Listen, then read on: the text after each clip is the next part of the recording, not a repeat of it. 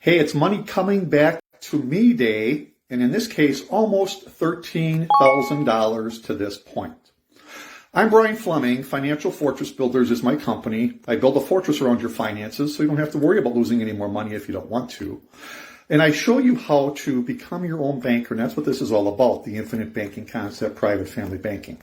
I'm going to take a step or two back before I do my demonstration and showing you my record-keeping system for having up to almost $13,000 back in my money system to this point, to hopefully get a better understanding. I know some people have a little confusion about this whole concept, so I'm going to turn the camera around, move some stuff.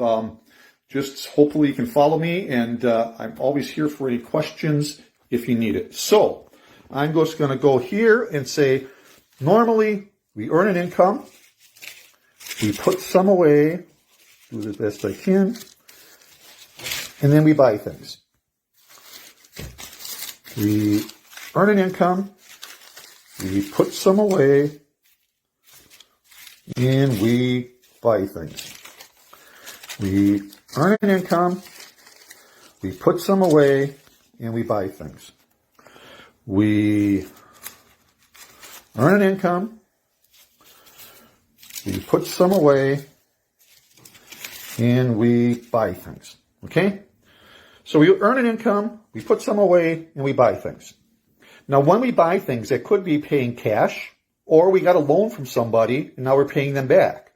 So that's the process we go through. Our cash flow system, our cash flow, is we earn an income, we put some away, hopefully, because we should be, and then we buy things. So now, what I do, and what you can and should be doing, is we start going to this pile of money where we put it away, and we take a loan against it. We don't pull it out. We don't stop the compounding process. We take a loan against this money, and then we buy things, and then we pay this back. Just like we're taking a loan here and buying things and getting a loan from an outside lender and paying them back, well, we're going to do it through this pile of money and pay this back instead of over here, so it comes back to you to build this higher and higher and higher. So I hope that makes sense. So here's what I did. Let me just go this real quick. 2 years ago, 1 month, I took a loan from my banking system, which happens to be the cash value side of a dividend-paying whole life insurance policy. So if you're going to log off now, I'm sorry about that. Because I put my money, the stuff I put away, into a policy that's designed to be cash value rich and death benefit poor. So 2 years ago last month, I took a couple loans. One for a car I bought for $15,000, and the other to pay off a credit card for a little over $2,000.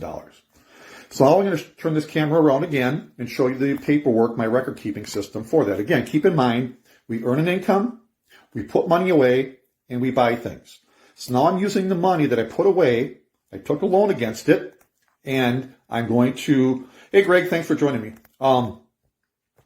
finance things, but then I'm going to pay my money system back, put the money back in my system to use again, unlike when we just get a loan from an outside lender and give it to them, never to see it again. Same as paying cash. You buy things, you put money away, you save it up. Not only do you stop the compounding process, you give it, you have one-time use, you pay it, and it's gone forever.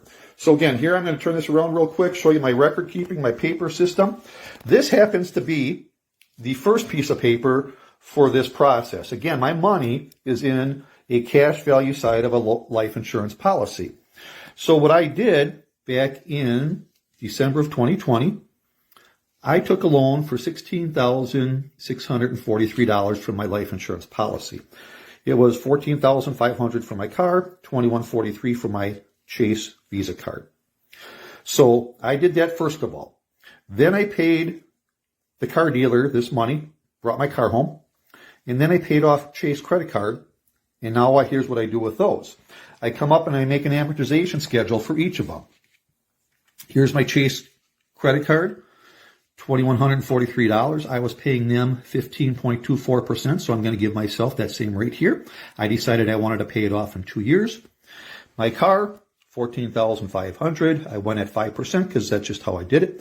It's going for 3 years because I believe if you cannot pay a car off in 3 years, you cannot afford it. Another story, but that's just something I believe. So here's what I've done up to this point. We are actually at month 24, which is 2 years that I decided to use to pay this. So I paid $104 $4.15 per month to actually pay this loan off. Going back to my car loan, same thing. I'm at month 24, $434.58 per month to apply towards my car loan. Now, what I did, some other paperwork real quick, I kind of just show you. I had the life insurance company say, between these two loans, it is $538.73 a month. Just take that out of my checking account and put it back into my policy, which is what they've been doing. So $104.15 times 24 and $434.58 times 24 is almost $13,000. It's $12,900 and some dollars back in my system that I get to use again. So I want to just point out a couple things real quick. One with my Visa card, in that I have now basically paid this off because it was a 2-year or 24-month loan that I was paying $104.15 back to my money system. Now, most people say, okay, I'm going to put $104.15 back in my pocket. You certainly can, but I'm just going to continue to pay this. I'm going to put it back in my policy and then use it again, because that's what the benefit of this whole system is to reuse your money. So I'm just going to put it somewhere. Again, remember, we earn an income, we put some away, and we buy things. So I'm just going to add this $104.15 to the place where I put it away, and I'm just going to use it again because I can, and it's going to come back to me, again, just to be able to use over and over and over again. That is the power of the infinite banking concept. We got to put our money somewhere. I call them buckets. A savings account bucket, an IRA bucket, a tin can in your backyard bucket, under your mattress bucket, whatever. We earn an income, we put money some away in these buckets, and then we buy things. I highly suggest, and I'll be glad to talk to you about it, is to put that what you put away in the bucket is a properly designed dividend-paying whole life insurance policy so that you can reuse your money over and over again, and you have uninterrupted compounding on your money. That is huge, huge, huge for a wealth-building tool. Don't let these people say that life insurance is a bad place to put money, because I'll prove them wrong and show you that they really are lying and give you all sorts of proof for it. Again, I have $13,000 back in my money system that other people will have $13,000 away from them, never, ever to see it again. Who do you think's in a better position?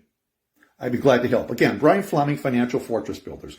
I hope it made sense. I try to make this as simple as possible and go through it as simple as possible, make it easy for you. If you have any questions, by all means, reach out. Thanks for watching. Hey, Curtis, I'm glad you joined me too. Have a great day.